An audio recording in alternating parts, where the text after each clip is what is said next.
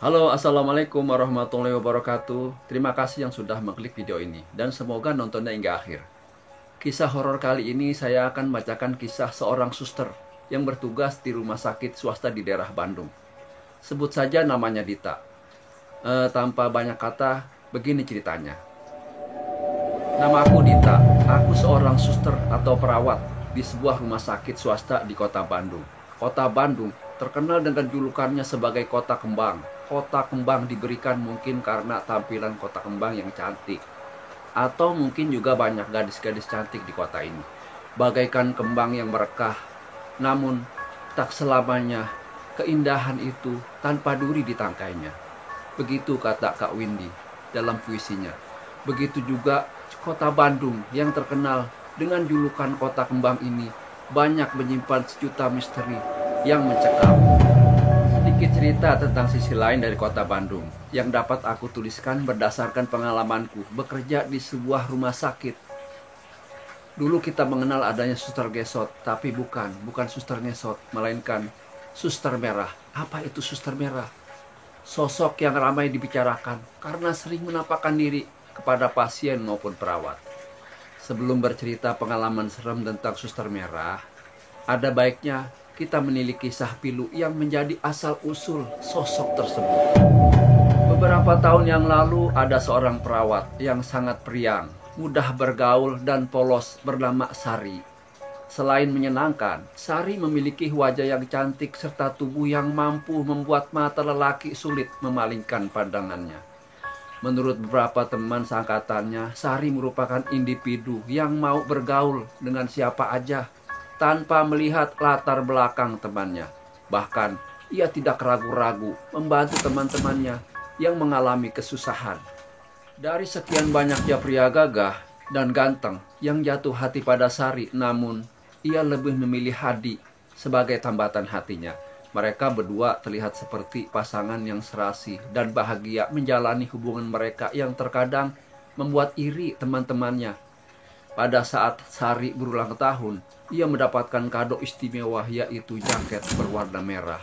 Menurut cerita teman-temannya, jaket merah itu menjadi jaket kesayangannya yang selalu dipakai kemanapun ia bertugas.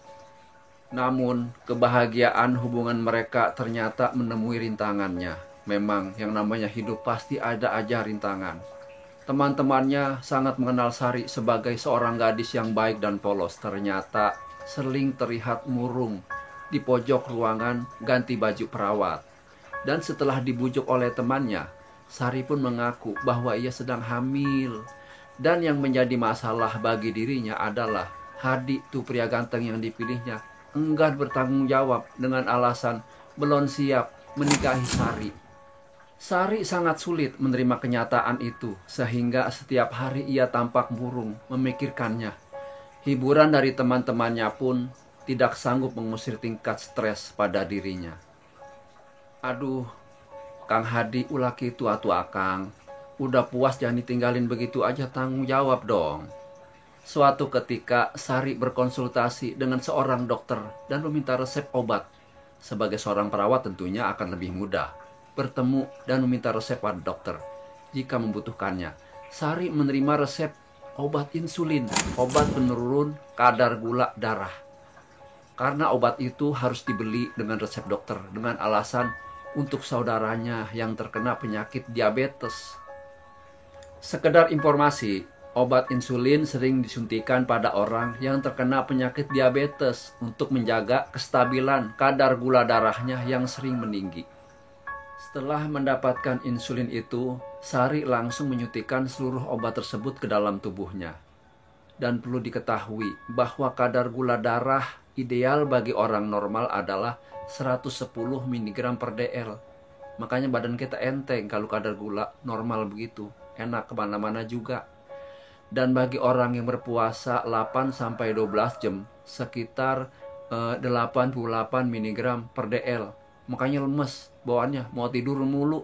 Sampai lagi jam 12. Sari menyuntikkan seluruh obat tersebut ke dalam dirinya hingga menurunkan kadar gulanya secara drastis menjadi 2 mg per dl. Bagaimana itu rasanya? Akibatnya Sari pun meninggal dunia karena tidak bisa ditolong lagi. Setelah beberapa hari setelah meninggalnya Sari, banyak desas-desus penampakan suster menggunakan jaket merah dari pasien maupun perawat. Konon suster merah itu sering duduk sendiri di pojok ruangan ganti baju atau terlihat berjalan di lorong rumah sakit. Dan juga pernah melayani pasien rawat inap. Aneh nggak?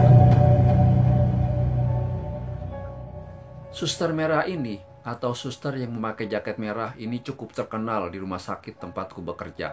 Bahkan pasien yang pernah dirawat dan kebetulan mendapat keberuntungan dikunjungi oleh suster merah sering menceritakan pengalaman yang sama. Awalnya aku hanya menganggap ini hanya kabar angin yang tidak benar. Namun, semua menjadi jelas saat aku sendiri bertemu dengan suster merah tersebut. Kan ada tuh ya, kalau kita ke rumah sakit tuh, kalau kita mau dirawat dibilangin sama susternya, "Pak atau Bu, itu kalau mau dokternya datang pencet yang itu tuh belnya," katanya. Iya, nah suatu hari ada suara bel ruangan. Aku bergegas menghampiri pasien yang membunyikan bel itu. "Ada yang bisa dibantu?" tanyaku pada pasien tersebut. Saya mau buang air kecil, Sus," jawab pasien yang terbaring tak berdaya itu. "Sebentar ya, Bu, saya ambil pispotnya dulu." Pispot tuh tempat kencing atau jawabku sambil mencari pispot. Namun, karena tidak ada di ruangan itu, maka aku bergegas mengambil pispot cadangan di ruang jaga. "Ayo Bu, sini saya bantu," jawabku sambil membawa pispot. "Sudah suster," jawab pasien itu sambil tersenyum. "Sudah bagaimana Bu?" tanyaku penasaran. "Tadi sudah dibantu sama suster yang pakai jaket merah," jawab pasien itu.